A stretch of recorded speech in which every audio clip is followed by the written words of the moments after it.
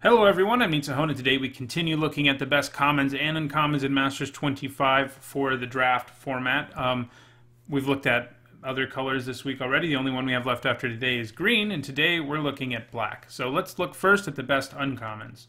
The third best uncommon, I think, is Undead Gladiator. This thing's a 3-mana 3/1, which obviously isn't the most desirable stats, but when it's a creature who basically never stays dead, those are pretty good stats. It has high power, which means it can trade with a lot of things, and it can just keep coming back. You can also cycle it in the early game, which is great. Unlike a lot of cards with cycling, though, you don't just sort of lose this guy forever. You sort of have him in your back pocket until you need him. He's a good mana sink. He's a good place to throw extra lands when you flood. He's sort of flood insurance in a way, because he just makes sure that you keep having something to do with your mana even into the late game. And, if you play him on turn 3 as a 3/1, he can definitely get in there and attack and, keep coming back. And that's a pretty nice thing about him.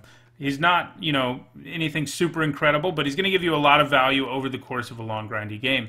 Next, I have Fallen Angel. A 5-mana 3/3 with flying is already pretty solid. Obviously, in a set this strong, though, that wouldn't be great, but it comes with a powerful sacrifice ability when it can eat creatures, basically, and get +2/+1 until end of turn.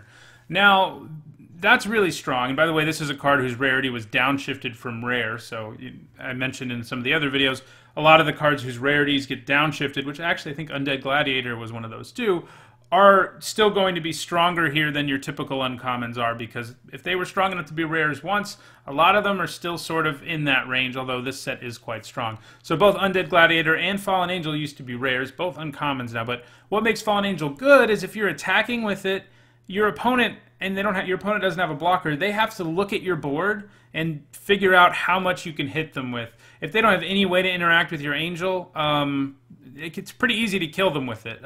You do have to be careful if your opponent has a bunch of mana untapped and cards in hand.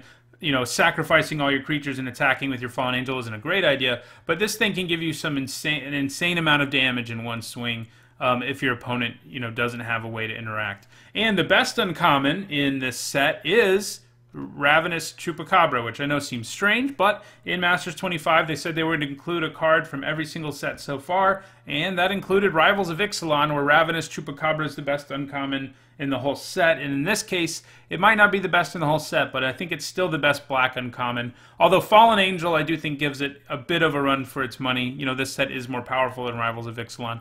But Ravenous Chupacabra is still great. I'd feel pretty okay. I'd feel good about taking Chupacabra or Fallen Angel first, and I'd feel pretty okay about taking Undead Gladiator first. Now let's move to the commons. I think the third best black common is another card whose rarity was downshifted, and that is Ruthless Ripper, which was an uncommon in Khans of Tarkir. So it's one of those creatures with Morph. Unlike a lot of creatures with Morph, though, it actually costs less to just hard cast it, and sometimes that's not the wrong thing to do. It's basically, a Typhoid Rat, so 1 mana, 1/1 with Death Touch. Those are always pretty solid because they can just trade with anything, at least on the ground. But what's worse than Death Touch? Well, a creature with Surprise Death Touch. And that's what Ruthless Ripper gives you, because you can play it face down, and your opponent just, it could be any number of creatures in this format, right? And you don't even have to leave mana up to unmorph it. You just have to reveal a black card in your hand, and so you just have Death Touch that can come out of nowhere. And on top of that, when it's turned face up, it also does 2 to your opponent. Just a little bit of extra value.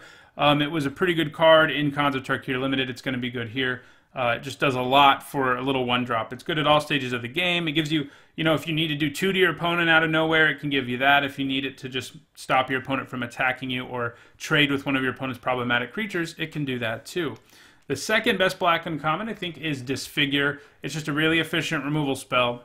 Giving something -2/-2 for 1 is great. And the nice thing about these sorts of black removal spells that shrink creatures is you don't always have to just outright kill the creature. You can block their 3/3 with your 2/2 and use Disfigure, for example. And so that's pretty nice. It's just very efficient at what it does. It's not going to kill everything, but it does kill things very efficiently. There is a common that does kill everything, and that is Murder, which this isn't the kind of card we ever see at common in limited formats anymore. If we see a card that can kill a creature just without any questions asked at limited these days, it's usually 4 mana and sorcery speed. Murder is 3 and instant speed, so it's definitely not, we don't see that anymore, and it's really good here too. It can kill most of the bombs, and there are plenty of them in this format. and it does it pretty efficiently. I mean, 3 mana to kill anything is a pretty insane rate, especially at instant speed, which can sometimes result in getting you 2-for-1s if your opponent tries to use a combat trick or something like that. So those are the best commons and uncommons in black. If you enjoyed this video, don't forget to like it and share it so others can enjoy it too. Don't forget to subscribe for more Masters 25 content, including tomorrow, my look at the best green commons and uncommons in the set. And if you want to contribute to my channel, help me make it even better, you can do so by following a Patreon link in the description below. Thanks for watching.